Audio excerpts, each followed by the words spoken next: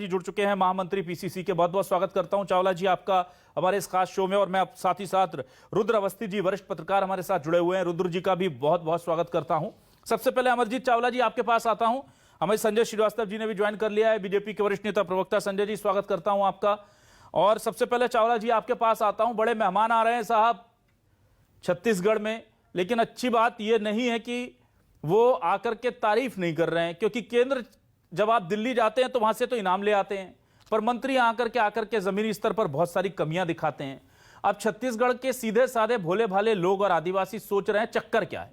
सरकार अच्छा काम करती है तो मंत्री आकर कोसते क्यों हैं, और सरकार अच्छा काम नहीं करती तो केंद्र से हमें इनाम क्यों मिलते हैं। बताइए सर, क्या हकीकत है? देखिए अभिलाष जी, आपके लोकप्रिय चैनल को मैं बहुत धन्यवाद देना चाहूँगा, विशेष तौर पे आपको, कि आपने इतने महत्वपूर्ण विषय पे आज डिबेट कराया है। देखिए आप भी जो डिबेट रखते हैं ना, इसमें आपकी बात कहते हैं जी। अभिलाष मेरी बात नहीं कहते हैं, वो आपकी बात कहते हैं, क्योंकि देश के प्रति हमारी जिम्मेदारी है, प्रदेश के प्रति हमारी जिम्मेदारी है। देश में एक संघीय ढांचा बना है, उस संघीय ढांचे ने व्यवस्था दी थी। केंद्र सरकार जो है वो अभिभावक की भूमिका में होती है।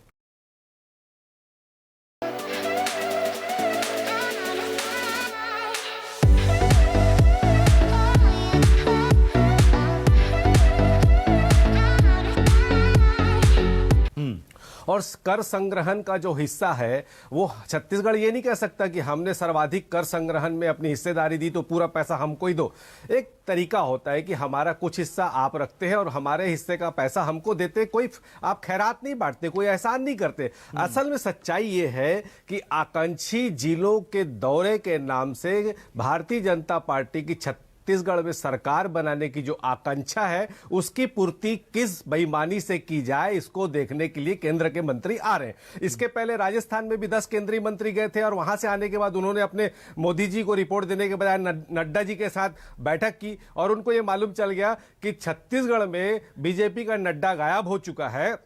इसलिए आके वो यहां न्यूसेंस पैदा करने के लिए इस तरह के रूल जुलूल बयान दे रहे। भाई मेरा ये कहना है कि इनको पता चल गया कि छत्तीसगढ़ में भूपेश बघेल जी की सरकार सभी वर्गों के लिए अच्छा काम कर रही है, और उन्होंने इतने अच्छे काम किए कि उसके लिए केंद्र सरकार ने उनको पुरस्कार की घोषणा भी की। हमारी गोबर खरीदी योजना को स्वयं मोदी जी ने स्वीकार किया, हमको लगातार पुरस्कार मिल रहे हैं। और हमने जो किसानों के लिए किया, चाहे वो कोई भी योजना हो हमारी, चाहे युवाओं के लिए किया हो, चाहे आत्मानंद स्कूल के माध्यम से हम लोग शिक्षा के क्षेत्र में काम किया, जैसे जेनरिक दवाई के लिए हमने स्वास्थ्य के क्षेत्र में काम किया, हमारे सड़कें अच्छी, विकास अच्छा हो रहा है। भ्रष्टाचार के नाम पर उठाने के लिए इनके पास कुछ भी नहीं है। तो केंद्रीय मंत्री आकर यहां पर इस तरह का बयान दे रहे हैं, क्योंकि सच्चाई यह है कि वो छत्तीसगढ़ को देखने नहीं आए थे। छत्तीसगढ़ में जो भारतीय जनता पार्टी की दुर्दशा है उसको देखने आए थे। रमन सिंह जी के अधिनायकवाद के चलते जो भारतीय जनता पार्टी की दुर्दशा यहां हो चुकी है, उसको वो देखने आए थे। सच्चाई यह है कि आने वाले समय में इनको मालूम है कि ये 2 अंकों में भी भारतीय जनता पार्टी नहीं पहुंचने वाली है। इसलिए केंद्रीय मंत्री यहां पर आकर इस तरह का उलूल जुलूल बयान देके छत्तीसगढ़ के शांत वातावरण को खराब करने का प्रयास कर रहे हैं। संजय जी को हंसी आ रही है। संजय जी,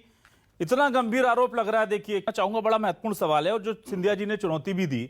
देखिए सियासी बात अलग है, दल बदलू कहकर के पल्ला झाड़ लिया गया, लेकिन एक आंकड़ा आप लगातार सीएम साहब हमारे देते रहे और उसे केंद्रीय मंत्री आकर के आप छत्तीसगढ़ की जमीन पर काउंटर कर देता है और कहता है कि आप गलत आंकड़ा दे रहे हैं।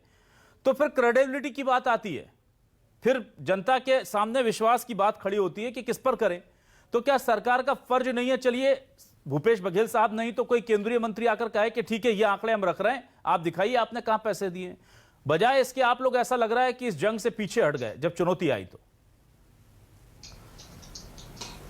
नहीं, हम लोग जंग से बिल्कुल पीछे नहीं हटे हैं, और कांग्रेस का तो इतिहास गवाह है कि देश की आजादी से लेकर आज तक कांग्रेसी कभी जंग से पीछे नहीं हटते। पर हम स्तरहीन राजनीति नहीं करते। कि दुर्भाग्य की बात है अभिलाष जी, आज देश की राजनीति किस दिशा में जा रही है। बीजेपी का माइंड सेट है, वो हर राज्य को लेकर अपना अलग अलग माइंड सेट करती है।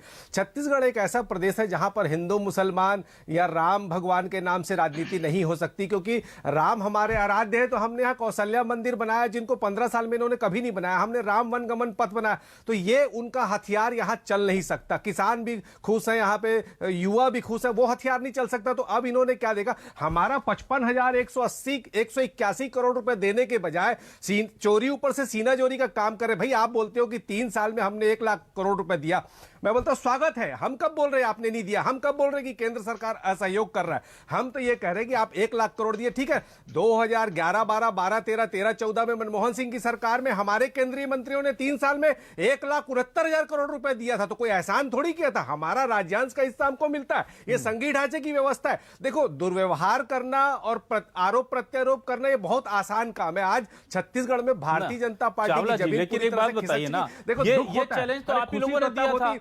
ये चैलेंज तो आप ये कह रहे कि स्तरहीन राजनीति नहीं करते। ये तो बार बार कांग्रेस की तरफ से कहा जाता था ना कि इतने पैसे नहीं दिए हमको, और जब जवाब मिला तो फिर आप कह रहे हैं कि हम बहस नहीं करेंगे, हम स्तरहीन राजनीति नहीं करेंगे। नहीं, बिल्कुल नहीं। नहीं, आप सुनिए, कोई चैलेंज वाली बात नहीं है अभिलाष जी, कोई चैलेंज वाली बात नहीं। राजनीति सेवा का माध्यम होता है, हम सेवा करने के लिए आए। दुख इस बात का होता है कि सिंधिया जी आए, उनका स्वागत था, हमको खुशी होती है, हम अपने मेहमान का स्वागत करते हैं। अरे वो आते, मुख्यमंत्री निवास जाते, मुख्यमंत्री जी से बात करते, मुख्यमंत्री जी को बुला लेते, छत्तीसगढ़ की विकास की बात होती, रायपुर एयरपोर्ट को कार्गो हब बनाने की बात होती, रायपुर एयरपोर्ट को नाइट लैंडिंग की बात होती, बिलासपुर जगदलपुर को नागपुर से जोड़ने की बात होती, हमको खुशी होती। केंद्रीय पेट्रोलियम मंत्री आते, महंगाई पे बात करते, पेट्रोल डीजल गैस पे बात करते, हमको खुशी होती। छत्तीसगढ़ के विकास के लिए हम केंद्र सरकार के साथ मिलकर छत्तीसगढ़ की जनता की सेवा के लिए क्या कर सकते हैं, उस पे बात होती है, अच्छा लगता। अरे आरोप प्रत्यारोप, वो भी झूठे आरोप। हमारा 55,121 करोड़ नहीं दे रहे। पहले आप हमको केंद्रीय सेंट्रल पूल से धान खरीदी की धमकी दे के हमको परेशान किए, उसके बाद आप हमको बारदाना के नाम से परेशान किए, उसके बाद हमारे हिस्से का राज्यांश हमको नहीं देके परेशान कर रहे, ऊपर से झूठे आरोप लगा रहे। और झूठे आरोप भी ऐसा आदमी लगा रहा है जिसको कांग्रेस पार्टी ने सब कुछ दिया, पर अपने निजी स्वार्थ के चलते वो पार्टी से गद्दारी करके जिस मोदी जी को पानी पी के कोसते थे उस पार्टी में चले गए। वो आदमी हमारे मुख्यमंत्री जी को आईना दिखाता है कि बहस करो। अरे वो मुख्यमंत्री जी से क्या बहस करेंगे? सिंधिया जी में जरा भी नैतिकता है, वो हमसे पार्टी के छोटे से कार्यकर्ता से बहस कर ले, हम उनकी आंखों का शर्म भी उतार देंगे, पानी भी उतार देंगे। झूठी बात कहने से कुछ नहीं होता, सच्चाई कहने का साहस होना चाहिए। संजय जी के पास आता हूं। संजय जी, कुछ भी कुछ आरोप लगा के आप संजय जी मुझे बताइए होनी चाहिए। संजय जी, केंद्रीय मंत्री आए हैं, केंद्रीय योजनाओं की समीक्षा, गलत एड्रेस पर डिलीवर कर रहे हैं चीजों को। मंत्री होने के नाते